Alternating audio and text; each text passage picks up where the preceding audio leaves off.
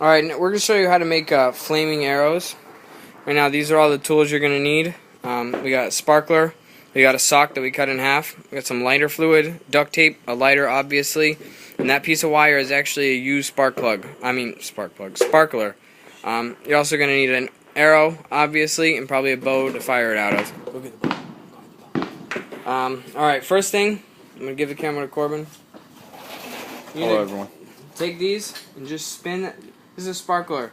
Get a lot of these. As you can tell, we've already used quite a few sparklers, so get a lot of them. All you gotta do is spin off all this sparkler dust and spin it into a bowl so you can use it later. Save these because you need them for later. So all the sparkler dust here. Next, take your sock. If there's no holes in it, which you don't want, just grab some of this and throw it in there.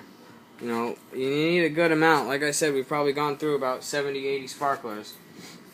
Now, we're going to go ahead and we're just going to fold this in half and then make sure it'll wrap all the way around because that's what we need for the bow, for the arrow. So now that's exactly what we're going to do. We're just going to wrap this thing around.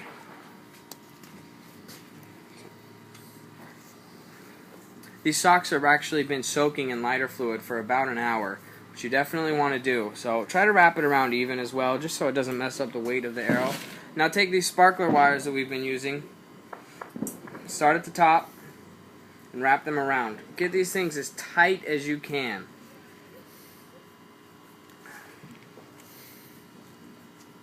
So, and as you can tell, this is actually a really simple process for a pretty awesome thing. So. And afterwards, we are going to go ahead and shoot this. It's probably going to be in a separate video, but do check out our other videos and see if you like it. Yep, this is just the how-to. And be liberal with these, you know, because these things, if it moves to the back of the arrow, you're going to get... The arrow's going to crash. Yep. As you can see, we've wrapped it around. We've made sure that it's, you know, thorough all the way around, so it's not going to be moving around or anything. Exactly. It's going to be tight. Now, just for a little extra give, you can use duct tape or electrical tape. Neither one really like to stick when you got this surface, or this wet surface. So yeah. Usually we like to dry this off. Oh, fuck. Alright, luckily I have my hole still. See, as you can see, once it's wet, this stuff comes off really easy. So that's why we're going to add this duct tape.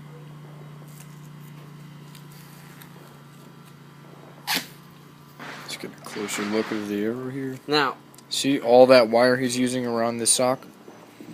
Be very careful when using this duct tape because duct tape weighs a lot. You do not want to throw off the weight of this arrow because it makes it harder and harder to fly. We've already added about, I'd say, a half pound, which is a substantial amount when these arrows weigh, you know, a 1/16 of a pound themselves. Alright, you might need a knife too to cut the duct tape if you're a pussy like this. So. Now, pretty simple. We got this lighter fluid we grabbed earlier. All we're going to do is sprinkle a little bit on top. Like I said, I already soaked this in lighter fluid for about an hour. Now from here, nice and simple, Dante's going to go ahead and put this in the bow. This is a handmade bow. Check our other videos. We might make a video on how to make these as well. Get your handy dandy badass lighter. Yep. Don't do this in your backyard. Alright, we're going to turn these lights off for extra effect real quick. Derek made this bow himself. We'll definitely do a video about how to do that.